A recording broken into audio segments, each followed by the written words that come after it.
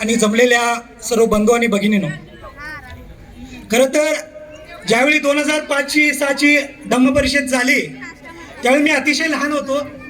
त्याच्यातली एक आठवण अशी आहे की आठवण म्हणजे इथं भव्य दिव्य असं पटांगण घातलेलं होतं आणि सुषमाताई अंधारे इथं बोलत होत्या आणि त्याच वेळी मी आणि माझा मित्र डॉक्टर बाबासाहेब आंबेडकरांचं एक तैलचित्र उचलून गाडीमध्ये घालत होतो. कारण 2005ला ही मीडिया नव्हती, या फोटो नव्हते आणि हे सगळंच काही नव्हतं, पण ती दुनिया बाबासाहेबांची होती. त्या बाबासाहेबांना सलाम करण्यासाठी माझ्यासारख्या छोट्या गावातून चड्डीवरती आलेला मुलगा याने ही धम्म परिषद पाहिली आणि त्याच ऊर्जेतून आज ही धम्म परिषद निपाणीच्या भूमीमध्ये होते. याचा मला फार मोठा आनंद होत आहे. याच्यामध्ये तुम्ही सर्वजण साक्षी आहात.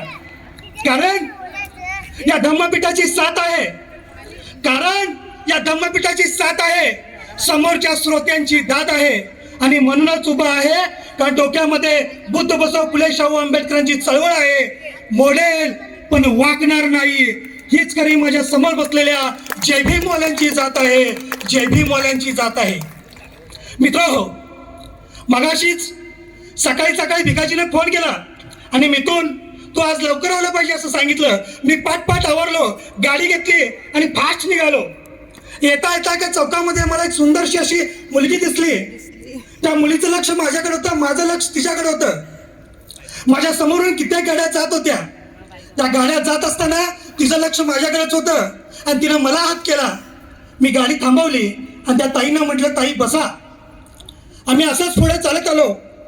पुढे आल्यानंतर मी गाडी थांबवली आणि त्या ताईनं प्रश्न केला, ताई माझ्या समोरून कित्येक गाड्या गेल्या, तुमच्या समोरून कित्येक गाड्या गेल्या, त्यांना तुम्ही हात केला नाही पण मलाच का हात केला?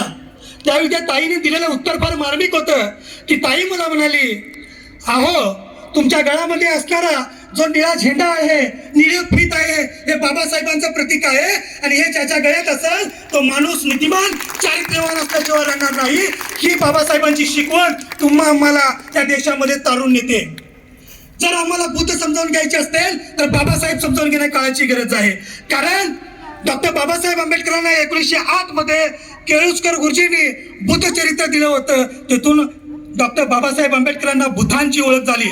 1924 मध्ये नामांतराची या विषयावरती बाबासाहेबांनी व्याख्यान दिलेलं होतं. 1933 मध्ये माझा कल हा बुद्ध धम्माकडे आहे असंही त्यांचं मत होतं. 1934 मध्ये बाबासाहेबांनी पुस्तकांच्यासाठी राजगृह बांधलं. हे राजगृह नाव सुद्धा बौद्ध धर्मातलं आहे. 1935 मध्ये येवला इथं डॉक्टर बाबासाहेब आंबेडकरांनी मी बौद्ध होणार ही महाप्रतिज्ञा केलेली तुम्हाला मला पाहायला मिळते.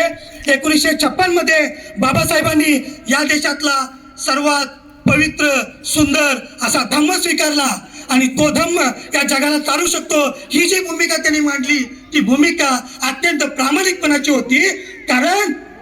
कारण मजूर मंत्री असताना सुद्धा, थायलंडला गेल्यानंतर, इंग्लंडला गेल्यानंतर सुद्धा बाबासाहेबांनी आपल्या खिशातील पैसे, सरकारच्या खजिन्यामधले पैसे या प्रवास व्यापारासाठी वापरले नाहीत, तर तिथं पेड व्याख्यानं घेतली आणि त्या पेड व्याख्यानाच्या माध्यमातून या देशाचं अर्थकारण मजबूत करण्याची जी भूमिका आहे ती बाबासाहेबांनी मांडलेली तुम्हाला आम्हाला पाहायला मिळतं. आणि म्हणून मला वाटतं की धम्माची चळवळ चालवण्या काळाची गरज आहे. कारण वामनदादा कडक एका ठिकाणी म्हणून जातात, वामनदादा कडक एका ठिकाणी म्हणून जातात, भीमा तुझ्या मताची 5 माणसं असती, भीमा तुझ्या मताची 5 माणसं असती. याच्या उलट जाऊन मी सांगू इच्छितो, वामनदादा तुम्ही बोलून गेलात, त्याच्या पुढे निपाणीने एक पाऊल टाकलेलं आहे. कारण सुधाकर माने तुम्ही 5 नाही 2000 माणसं निर्माण केली. सुधाकर माने तुम्ही 5 नाही 1000 माणसं तयार केली. आज वाणीत भीम आहे, उद्या कर्णित भीम असणार. आज वाणीत भीम आहे, उद्या कर्णित भीम असणार. भीमा तुझ्या मताची 2000 माणसं तयार झाली, 2000 माणसं तयार झाली आणि म्हणून ही धम्म परिषद यशस्वी होताना तुम्हाला आम्हाला पाहायला मिळतं. आणि म्हणून मला वाटतं निपाणीमध्ये सर्वजण संघटित राहून एक बौद्ध विहाराची स्थापना करून एक भिक्खू कायमचा या निपाणीमध्ये राहिला पाहिजे. ही भूमिका तुम्ही आम्ही घेण्या काळाची गरज आहे. जर तुम्ही निपाणीला क्रांतीभूमी म्हणत असाल, चळवळीची भूमी म्हणत असाल, बाबासाहेबांची भूमी म्हणत असाल तर एक भिक्खू निपाणीमध्ये असणं गरजेचं आहे. आणि चळवळ येत्या कालखंडामध्ये तुम्ही आम्ही पूर्ण कराल अशी अपेक्षा व्यक्त करतो. आणि शेवटी इतकं सांगतो, एकदा वनवेला आग लागली होती, एका जंगलाला आग लागली होती. त्या आग विझवण्याचं काम एक चिमणी करत होती. त्या चिमणीच्या इवलेच्या चुचीतून आणलेलं पाणी ती आग विझवण्याचा प्रयत्न करत होती. पण माकड तिला म्हणालं, अगं चिमूताई, तुझ्या इवल्याच्या चुचीतून आणलेल्या पाण्यानं या जंगलाची आग काय विझणार नाही. त्यावेळी चिमणीने दिलेलं उत्तर फार मार्मिक होतं. ती चिमणी म्हणाली, अरे अरे माकड काका, मला सुद्धा माहित आहे या इवल्याच्या चुचीतून आणलेल्या पाण्यानं या जंगलाची आग काय विझणार नाही. पण ज्या ज्या वेळी जंगलाचा इतिहास लिहिला जाईल, ज्या ज्या वेळी जंगलाचा इतिहास लिहिला जाईल, त्या त्यावेळी माझं नाव आग लावणाऱ्यांच्या यादीमध्ये नाही, तर आग विझवणाऱ्यांच्या यादीमध्ये येईल.